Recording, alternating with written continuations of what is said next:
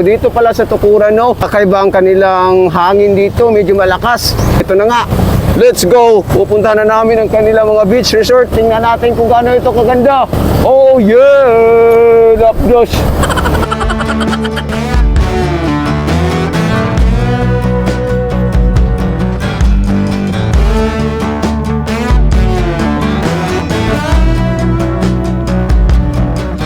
Oras natin 5:44 ng umaga. Maliligo daw sila ng dagat dito sa Tukuran.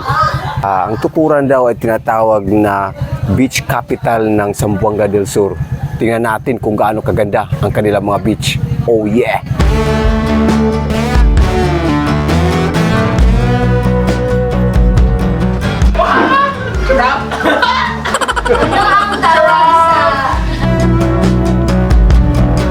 Tama tayo ngayon na maliligo.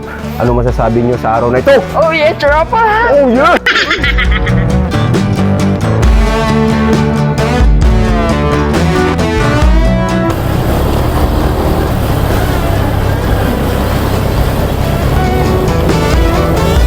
Dito na nagsisimula, makikita na natin yung mga iba't ibang beach resort nila. Susundan na natin yung mga kasama natin, no, kung saan sila maliligo ngayon.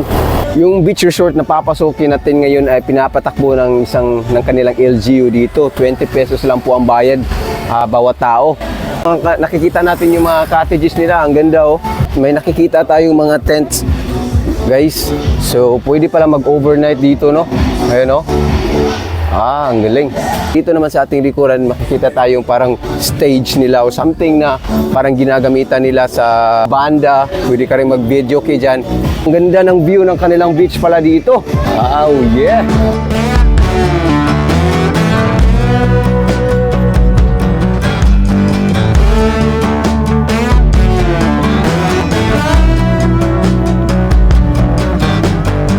Kita tayong mga banana boat. Wow!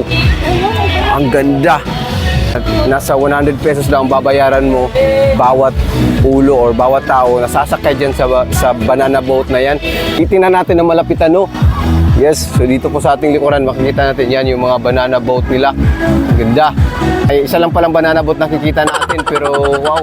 Ganito po kaganda ang maglakad sa kanilang beach dito, beach resort. Sunrise daw paparating na, abangan natin yan. Oh yeah! Maganda, napakaganda ng kanilang mga buhangin dito. Kahit maitim yung kulay, pero pinong-pino. Pinong-pino po yung buhangin nila.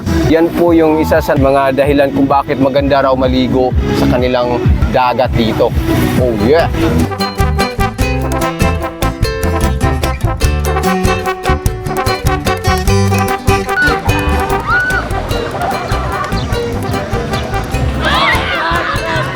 So ito po, no, pag sasakay ka ng banana boat, meron silang life jacket na nakahanda. Yes, so kinakailangan pala ng life jacket, no, para sa safety. Sir, may bayad po ba ang life jacket kung sasakay ka ng bangka? Wala na. Wala nang bayad. Oh, so wala na pong bayad, no. Package na po 'yan pag sasakay ka ng bangka, meron kasamang life jacket.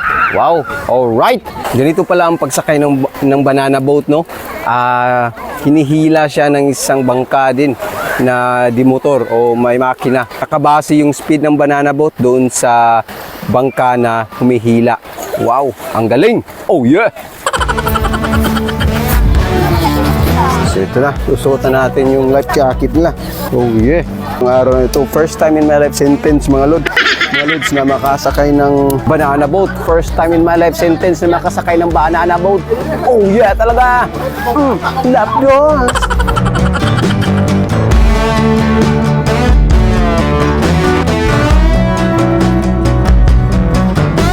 Let's go! Oh yeah. Nakita na ka. Oh, mana. Ito lang pala yung hawakan, no? Ito lang pala yung hawakan sa banana boat. Wow. Medyo adventure nga talaga. Ito na guys. Ang ganito palang feeling mo pag sasakay ka ng banana boat. Parang gumagalaw siya. Magalaw siya. Kailangan mo talaga ng balanse din.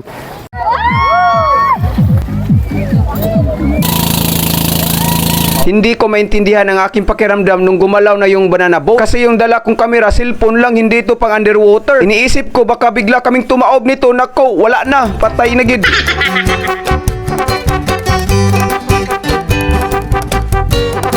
Kitang-kita sa kanilang mga mata. Ang saya. Oh yeah!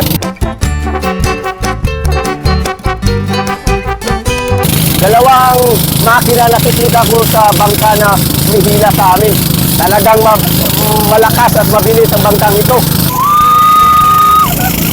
Parang tataob. Parang tataob. Pero hindi lang hindi.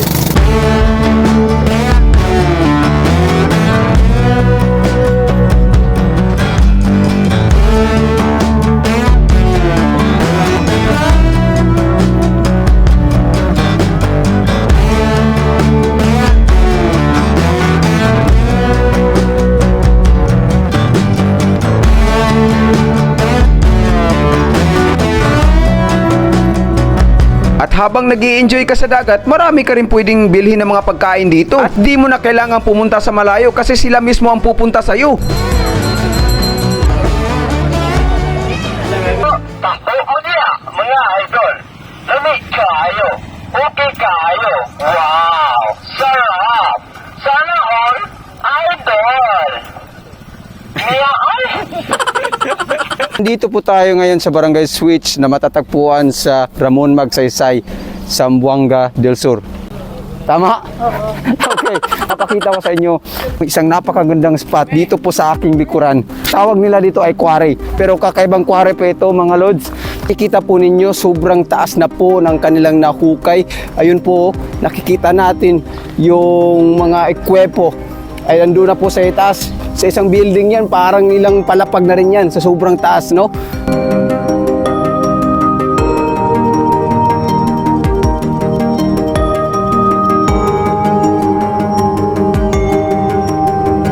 May mga taong pumupunta po dito para po magpa-picture kasi napakagandang tingnan as a background sa ganito ang spot. Napakaganda po kumuha ng larawan na ang background ay itong lupa na nahukay na sobrang taas na. Tapos may mga puno pa nga doon na makikita natin doon sa itaas. Kapag nandito ka na parang medyo matatakot ka kapag lalapit ka ng masyado doon kasi may mga bato siya, may mga batong nahuhulog from time to time. Amazing. Para sa akin yung view, sobrang amazing.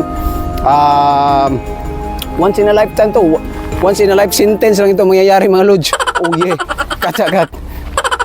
So ito na, lalapitan pa natin. Ito po ay private owned na quarry. Itong mga lupa o mga bato na kanilang nakukuha ay ginagamit po ito sa kalsada o sa iba pang mga struktura, no? Na ginagamitan ng mga lupa. Oh yeah. Sa ganito po kalapit, maririnig mo na yung mga batong nahuhulog. Sa bawat batong nahuhulog, may usok siya, may usok effect siya. Sa mga pupunta ng Aurora, madadaanan po ito. Manggagaling ka ng Mulave, tapos dadaan ka pa kaliwa, papuntang Switch. Dito po ito matatagpuan. Yung landmark po nito ay Adventist Church, no? Yung simbahan po ng Adventist, yan po ang landmark. Nasa likod po ito ng simbahan ng Adventist dito po sa Switch. Isa po sa napansin natin na mas interesting sa quarry na ito ay yung kulay ng lupa. Paiba-iba po siya. Kung makikita po natin doon, ayan, itim po dyan. Dito, medyo brown na siya. Yung doon naman banda, parang red, yeah, medyo mapula na siya. At dito naman banda, paiba-iba na po yung kulay. Layer-layer po yung kulay niya. Tingnan po natin dyan, no, sa ibaba, sa taas. Pa-layer-layer po. Oh yeah. So, ang ganda talaga mga lods. Ano pa hinintay nyo? Lapnos na dito. Oh yeah.